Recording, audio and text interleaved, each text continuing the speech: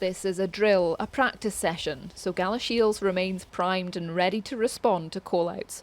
The Scottish Fire and Rescue Service has invested millions into the building and facilities in Galashiels.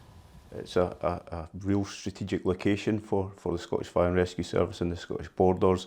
It's unfortunately one of our rack panel stations. We've got 14 rack panel stations across Scotland. It's the first station where we've carried out remedial action, which has worked really well. So a £3.6 million investment, and that's included the remedy action for the rack panels within the station, which were located in the engine room, the boiler room and the gymnasium. And then the other investments, that's contaminants and making the station compliant in terms of fire contaminants and how we decontaminate our firefighters when they return to station. And also dignified facilities, so that's changing showering facilities and rest facilities. We can't talk about Galashiels Fire Station without mentioning the situation in Hawick. There's a meeting being held on Tuesday. Can you tell us anything about it? At Hawick, we will be discussing the proposal to remove the whole time appliance at night times and weekends and make it day crewing Monday to Friday.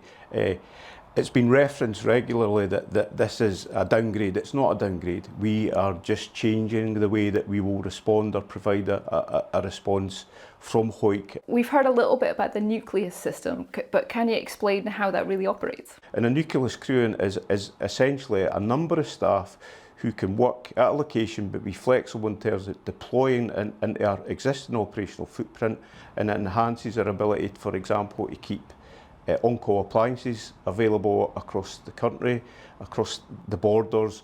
It allows us to carry out enhanced prevention activities during the day. It allows us to support training activities which are critical to keeping our firefighters safe. So there's multiple benefits. There's also rack in the fire service building in Hawick. What plans are there to address it there? We're absolutely committed to investing in Hawick, and we will invest in Hawick. It's just a sense of timing. So it has got rack. The roof is affected by rack. Again, once the timing is right, we'll invest in it. It will be a remedial action as opposed to a rebuild. You know, the logistics, the cost of actually rebuilding the station are not viable, but we can carry out remedial action, and similar to what we've done at Galashiels. So it'll be a significant investment, but the reason we're not doing that right now is we're waiting on the outcomes of the public consultation process, because whatever's approved or not approved, then that will determine the configuration and the occupancy of the fire station.